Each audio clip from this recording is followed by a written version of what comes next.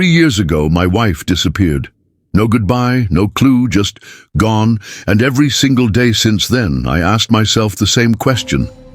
How long does grieving last? At first, it was unbearable.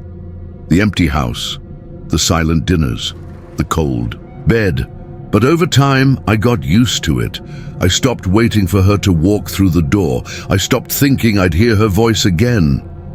Then, one day, I got a phone call. My mother-in-law had passed away, and just like that, I was the last person left in my wife's family. I didn't think much about it at first. I was just supposed to clear out her old house, pack up her things and move on. But that was before I found the camera, before I saw the tapes, before I realized my wife had been keeping a secret. I drove to her childhood home, expecting dust, old furniture, maybe some family photos. And that's exactly what I found. At first, the place smelled like a hospital, the air stale and lifeless. Boxes were stacked in every room, some labeled, some not. I walked through the house, looking at the pictures of my wife as a little girl. I had never been here before, never seen this part of her life.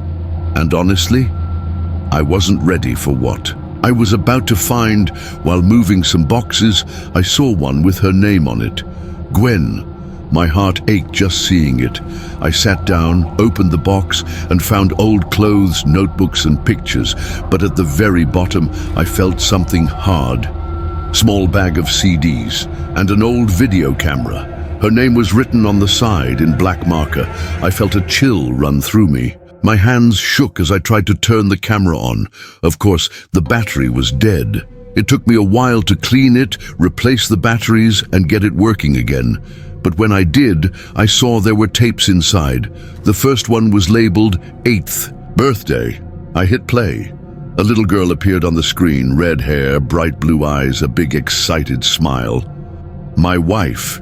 She leaned into the camera, squealing with joy.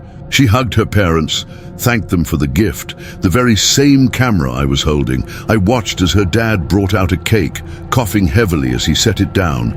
They laughed. They ate together. It was a sweet moment, but then I kept watching. The more videos I played, the more I noticed something was wrong. Her father's cough got worse. In every video, he looked sicker and sicker, until one day, he wasn't there anymore. After that, everything changed. My wife, still just a child, stopped filming herself. Instead, she filmed the woods. At first, I thought she was just playing around. Maybe she liked nature. But the more tapes I watched, the stranger it got. There were long, silent videos where she just stared at the trees. No talking, no movement. Just waiting. Then I found the unlabeled tapes. The first one was almost completely black. The only light came from a street lamp in the distance. I could hear her breathing, slow, shaky. The camera kept trying to focus. Blurry, sharp, blurry again. For 18 minutes, nothing happened. Then, right before the video ended, something moved in the trees. I rewound it, watched again, a shadow, taller than the trees. Something was watching her, and now I realized I was watching it too. I had to know more. I dumped out every remaining box with her name on it.